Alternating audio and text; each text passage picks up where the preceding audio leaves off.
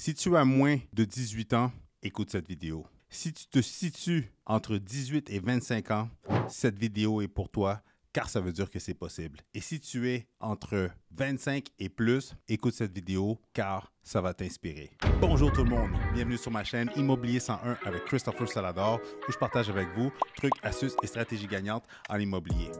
Dans cette vidéo, je fais l'entrevue de Adrien Steve. Adrien Steve est un jeune Camerounais qui est arrivé au Canada quelques années avant la pandémie. Il avait rien du tout, aucune famille, il n'avait pas le choix de se lancer.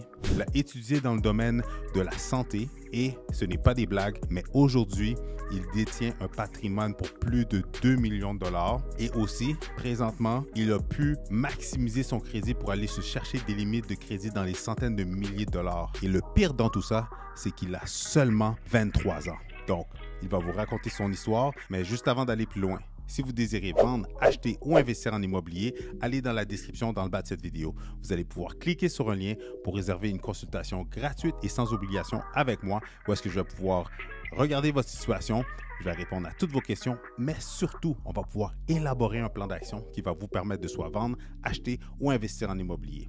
Et aussi, je vous le dis d'avance, je vais créer une formation gratuite et le lien de la formation va se retrouver dans la boîte de mes descriptions. Alors, restez à l'affût dans la description de mes vidéos et sans plus tarder, voici l'entrevue avec Adrien Steve dans un instant.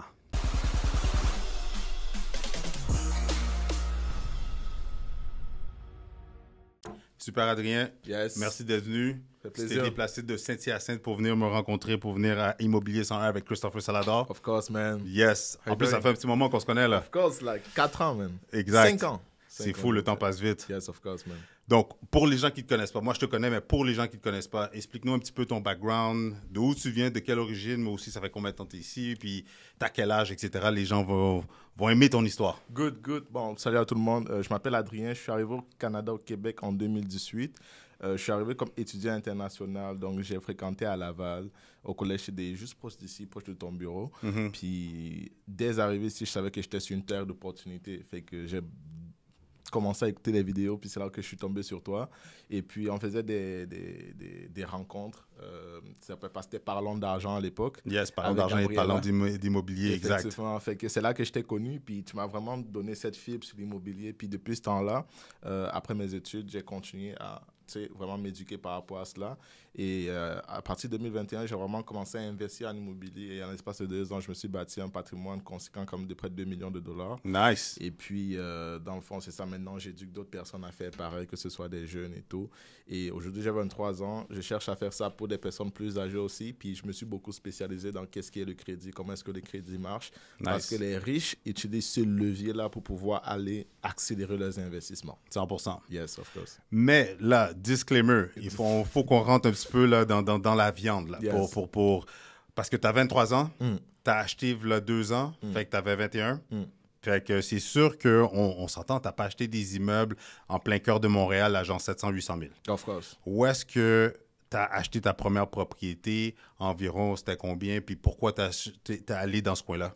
Ben, je pense que la plupart, la difficulté que les personnes ont, c'est que lorsqu'ils veulent commencer gros. Exact. Of course, all right. Et ils veulent commencer à Montréal. En plus. Ce qui fait que moi, ce que j'ai fait, c'est que je suis parti totalement à l'opposé parce que je voulais commencer par quelque chose de sûr, mais quelque chose que je maîtrise le processus d'achat et de vente, tu comprends? Fait que j'ai acheté à Saint-Hubert à Longueuil, Nice. qui est une bonne localisation quand même. J'ai acheté un condo à 185 000 $, puis en l'espace de 8 mois, il a pris 50 000 $. Boom. All right. Et puis, c'était un building où il y avait un litige dessus. OK. Et puis, les copropriétaires ont gagné le litige par rapport au constructeur, dans le fond, à celui qui a fait les travaux sur la propriété. Puis, ça, c'était mon premier vrai deal que j'ai fait. Fait que le fait qu'il y avait un litige, ça se vendait pas, fait que ça t'a permis d'avoir un bon prix aussi, de pouvoir le négocier à la baisse. Effectivement. Et aussi, tu n'as pas acheté à Montréal, tu as acheté à Longueuil, tu as acheté le bâtiment selon ta capacité d'emprunt. Effectivement. Puis aussi, qu'est-ce que j'aime avec toi, que pour les gens qui nous écoutent, c'est que, tu sais, aussi, est-ce que tu avais un co-signateur? Non. Fait que, tu sais, tu es dans le domaine de la santé. Fait que, tu sais, tu as été bright, tu n'es pas dans un domaine où est-ce que tu gagnes genre 30 000 par année, là. Effectivement. Tu es dans un domaine qui permet d'avoir un bon revenu qui t'a permis de justement te qualifier pour acheter ton premier immeuble. Effectivement. Fait que moi, ce que j'ai fait, c'est que lorsque j'ai trouvé le bien, OK, et ça dépend de la capacité des risques de chacun. Moi, je me considère comme un kamikaze, dans le sens que pour quelqu'un qui va voir le bien avec un litige dessus, il va se dire, fuck, si les copropriétés ne gagnent pas, c'est quoi qui va se passer par la suite? Est-ce que je vais perdre mon argent et tout? Mais en fonction des informations que le courtier m'avait données par rapport à la propriété, je savais que ce bien-là, on devait le gagner. Et puis, lorsqu'on l'a gagné, justement, les prix ont augmenté. Mon voisin, lui, il a vendu, comme je l'ai dit, genre 6 mois après, à genre 250 000. Fait que automatiquement, je me suis dit, bro, j'ai même pas fait des rénovations à l'intérieur encore. Fait que si je fais les rénovations en à plus. l'intérieur... Mais tu vois, c'est ça que j'aime avec les personnes comme toi, puis je le réalise aussi avec les acheteurs avec qui je magasine.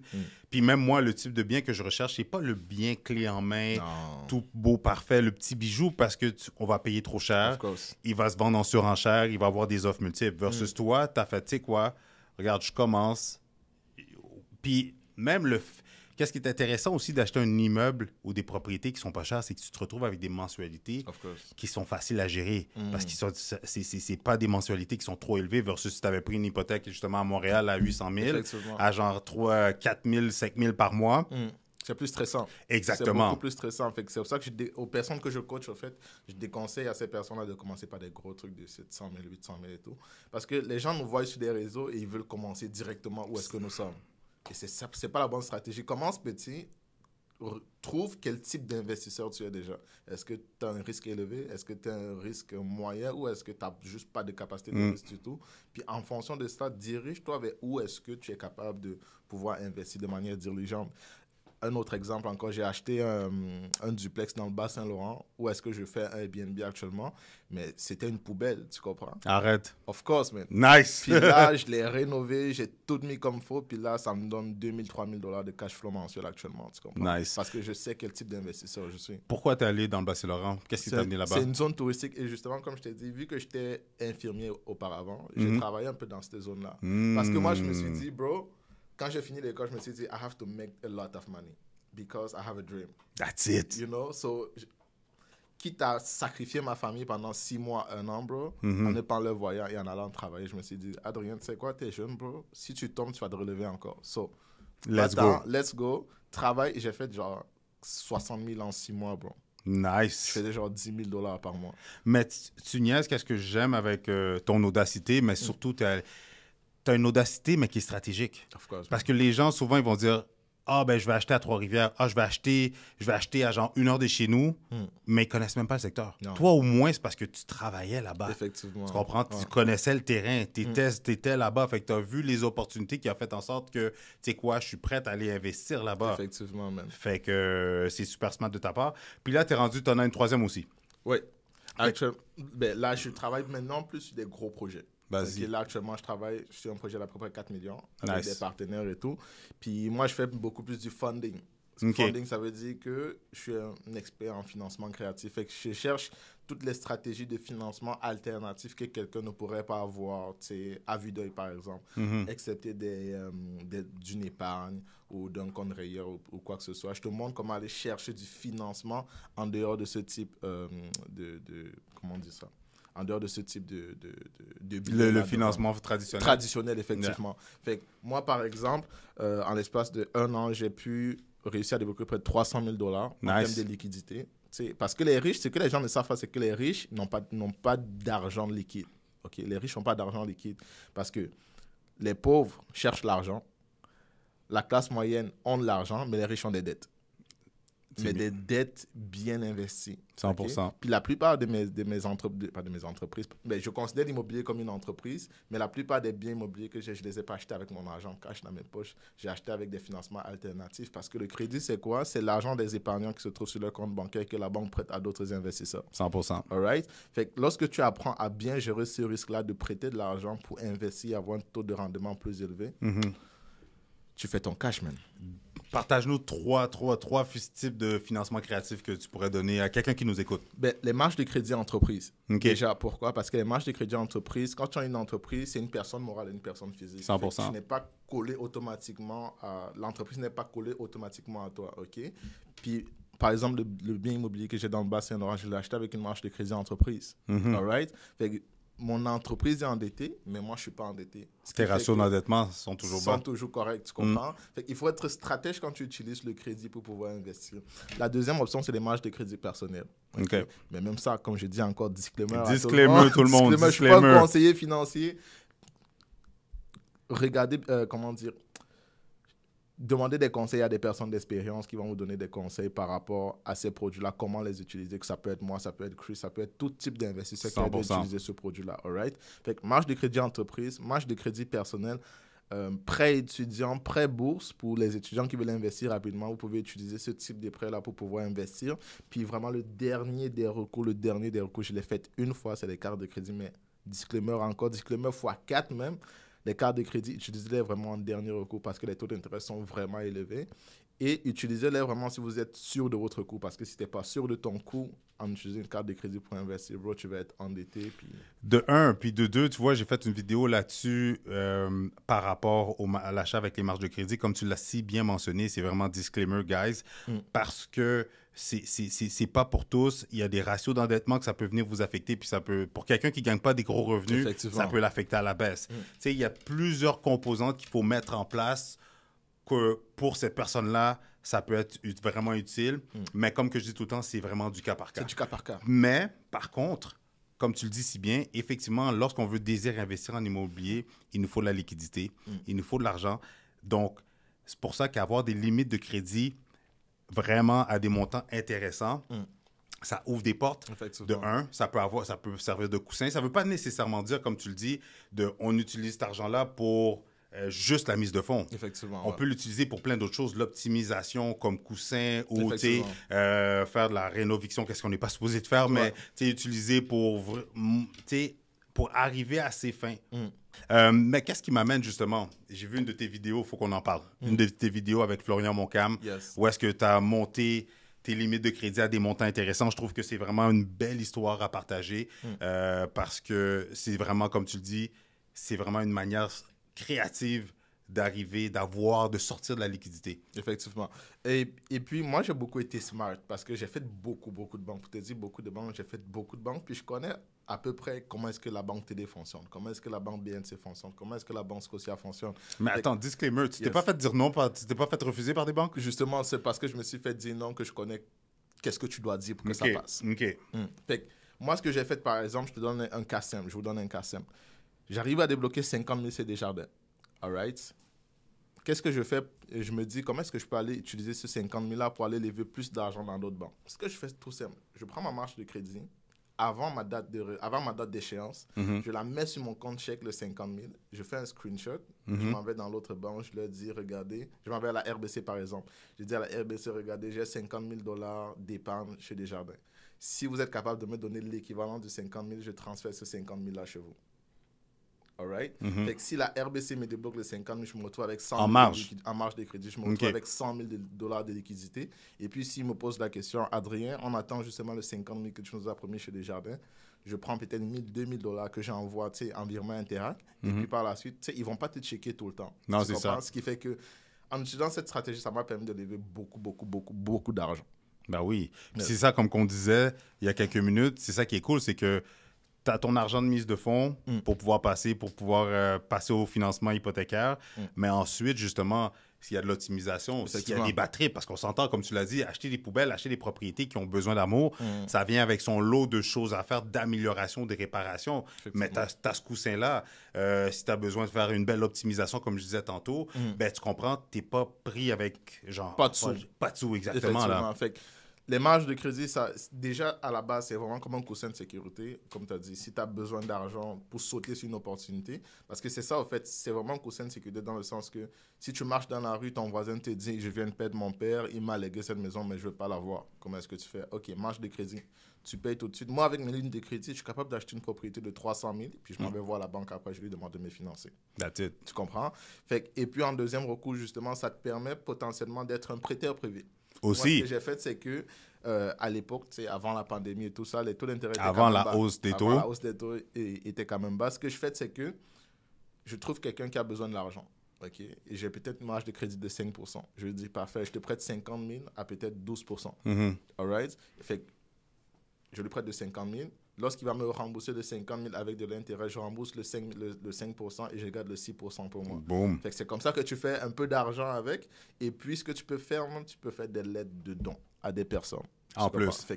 Il y a beaucoup de stratégies que tu peux faire en utilisant le crédit, mais il faut savoir comment est-ce que le crédit marche. Et la personne qui n'a pas une bonne capacité de risque par rapport au crédit, il peut vraiment s'endetter, mais de la mauvaise manière. De un, puis les connaissances aussi. Il faut savoir les connaissances. C'est pas juste, tu vas faire des demandes comme ça, par-ci, par-là. Oui, tu as testé, tu as poussé tes limites, mais on s'entend, tu as suivi du coaching. Tu n'as pas juste inventé ça de nulle part. Là. Of course. Actuellement, là, entre 2021 et maintenant, j'ai investi près de 60 000 US. Juste. En formation, en coaching, tout ce que tu veux. Puis je me suis beaucoup plus formé sur le marché US, aux États-Unis, par exemple. Pourquoi? Parce qu'ils sont plus poussés par rapport à nous, man. Nice. En termes d'investissement, en termes de stratégie, les États-Unis sont plus avancés par rapport à nous. Est-ce que ça s'applique ici au Canada? Oui. Parce qu'aux États-Unis, tu as des beacon scores toujours. Tu sais, il va y avoir peut-être 60 à 70% de similarité. On a même certaines banques comme la banque TD qui sont aux États-Unis. Fait que si tu veux investir aux États-Unis, ce que moi je commence à faire actuellement, tu peux avec ton compte TD au Canada, investir avec ton compte TD aux États-Unis. Fait que c'est similaire. Je pense qu'il y a il y a la Desjardins, puis il y a la Banque nationale, puis tu dis il y a TD. Il y a TD. Il y a sûrement aussi les autres. C'est ça, effectivement. Parce que des fois, c'est le nom qui change aussi. Effectivement. Fait que le marché américain, là, bro, is the best. Que ce soit en termes de coaching, que ce soit en termes d'investissement. Puis aux États-Unis, ce qui est bien, c'est que tu achètes cash. Okay? En plus. Si tu vis au Québec et que tu veux investir aux États-Unis, moi, ce que j'ai envie de faire, c'est que j'utilise mes marges de crédit entreprise pour acheter aux États-Unis. Je n'achète jamais avec le cash. Bro, je suis broke, man. Je suis broke, tu comprends? Mais il faut juste que ton mind, il travaille tout le temps. La créativité, tu pousses. Tout le temps, man. Tout le temps. Fait que tu utilises tes marges de crédit entreprise, tu vas acheter aux États-Unis, puis tu as un cash flow, genre, tous les mois qui rentrent. Tous les mois. Puis tu peux le rembourser par la suite. Justement, en parlant de cash flow, qui rentre à tous les mois, à toutes les semaines. Tu me parlais de ton investissement dans le Bas-Saint-Laurent. Tantôt, tu disais un bon montant, mais c'est quoi que tu as fait avec? Tu ne l'as pas juste loué au mois? C'était quoi ta stratégie avec ça? Bon, moi, ce que j'ai fait, c'est que, tu sais, il y a eu beaucoup comment est-ce qu'on appelle ça? Beaucoup d'incertitudes pendant la pandémie. All right? Fait que ce que j'ai acheté, c'était un duplex. La madame, elle n'avait pas fini, mais c'était une très bonne localisation parce que c'est vraiment, tu sais, le bien est là, puis le bord de l'eau est là. C'est vraiment au bord de l'eau, c'est comme paradisiaque. T'as combien de temps d'ici? 5 heures.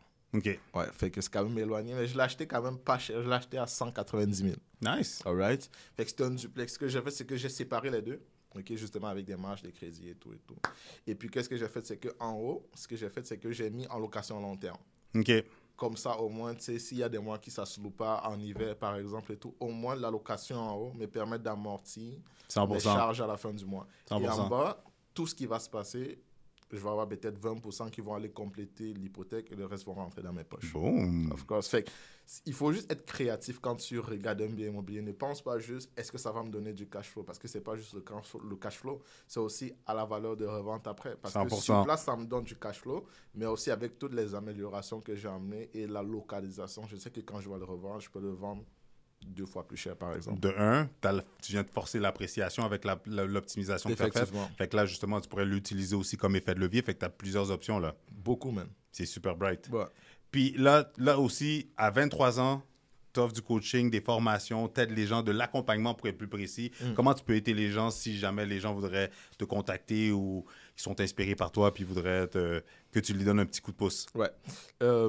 La première des choses, lorsque je me suis lancé en coaching, c'est parce que je voulais aider du monde qui avait de la difficulté à trouver du financement pour investir. Parce que tout le monde veut investir en immobilier, mais la plupart des personnes ont fait des erreurs dans le passé, soit avec le crédit, ils ne savent pas bien gérer leur argent, ou soit ils n'ont pas juste la bonne information. Parce qu'il y a beaucoup de gourous sur Internet actuellement. 100%. Of course. Fait que ce que moi j'ai fait, c'est que je me suis mis déjà dans une phase où je me spécialise avec des personnes du domaine de la santé. Pourquoi? Parce que je suis un ancien professionnel de la santé et les professionnels de la santé, ils ont beaucoup de promotions et d'ouverture au niveau des banques. Okay. Au même titre que les ingénieurs et tout ça. T'sais? Ce qui fait que quand tu es professionnel de la santé, tu as accès à des marges que tu ne peux même pas t'imaginer. Petite question pour toi, petite parenthèse.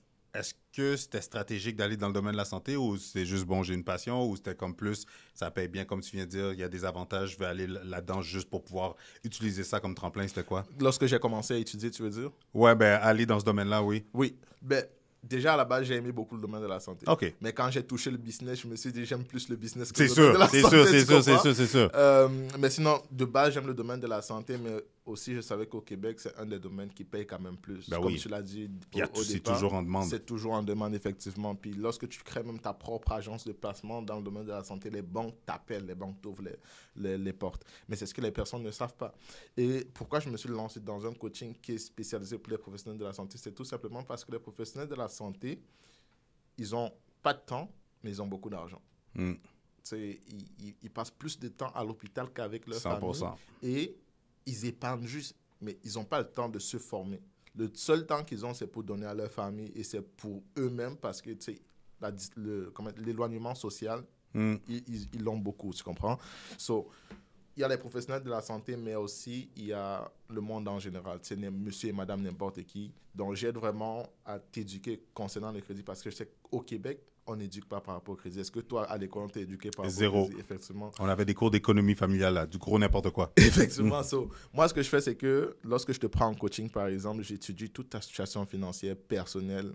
Et puis, même si tu as une entreprise, on regarde et tout. Puis, je te coach vraiment sur comment est-ce que tu vas voir le crédit d'une autre manière. Parce que c'est tout des blocages mentaux. 100%. Dans la société nous apprend que le crédit est mauvais. Mais les riches, ils utilisent le crédit pour pouvoir s'enrichir encore plus. Ben oui. Tu comprends? Il y a un gars, Philippe Deveau, lui, j'ai aimé comment il a dit ça. Il disait que les pauvres utilisent le crédit comme un outil d'enrichissement. Non, les pauvres utilisent le crédit, voient le crédit comme un outil pour acheter des biens. Mais les riches utilisent et voient le crédit comme un outil d'enrichissement. Quand tu comprends ça, là, bro, tu switches d'un coup, man. Tu comprends? Tu comprends? Moi, le crédit, pour moi, credit is king. Big time. Tu Ben, comprends? tu sais, je suis allé dîner avec un courtier hypothécaire une fois, puis juste, tu sais, des fois, on ne s'arrête pas à penser à ça, mais tout ce qu'on voit, c'est financier. Le building qu'on est là, c'est financier. Crédit, Tous les buildings, où est-ce que les gens nous écoutent, où est-ce qu'ils habitent, s'il y a du financement, là. Of course. Tout est financé, là. Les gros projets, les grosses tours de condos, les gros développements, c'est du financement. C'est du crédit. Certaines personnes ont peur du crédit, tu comprends? Je dis, est-ce que tu as une carte de crédit? Il me dit non. Est-ce que tu veux acheter une voiture à crédit? Il me dit non. Je dis, OK, parfait, mais pourquoi est-ce que tu veux t'acheter une maison à crédit? Tu dis que tu as peur du crédit, mais tu veux t'endetter sur 25 ans. Fait que ça ne fait pas de sens ton affaire, tu comprends? Les pauvres, ils sont comme des endettés, mais mentalement, dans le sens qu'ils ne savent pas comment est-ce que le crédit marche et ils financent tout de leur propre poche, tu comprends?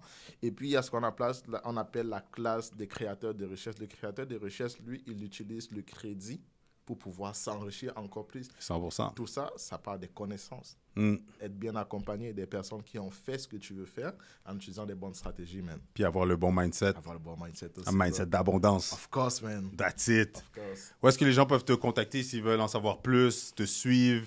Parce que je sais que tu fais beaucoup de contenu justement en ligne sur les plateformes de réseaux sociaux. Of course. Sur Instagram, c'est Santé Finance Canada. Je fais beaucoup d'ateliers en ligne aussi pour éduquer un maximum de personnes sur l'investissement, surtout sur le crédit. Parce que je sais que les gens ont peur du crédit, mais ça peut être un déclencheur pour les enrichissements, tu comprends?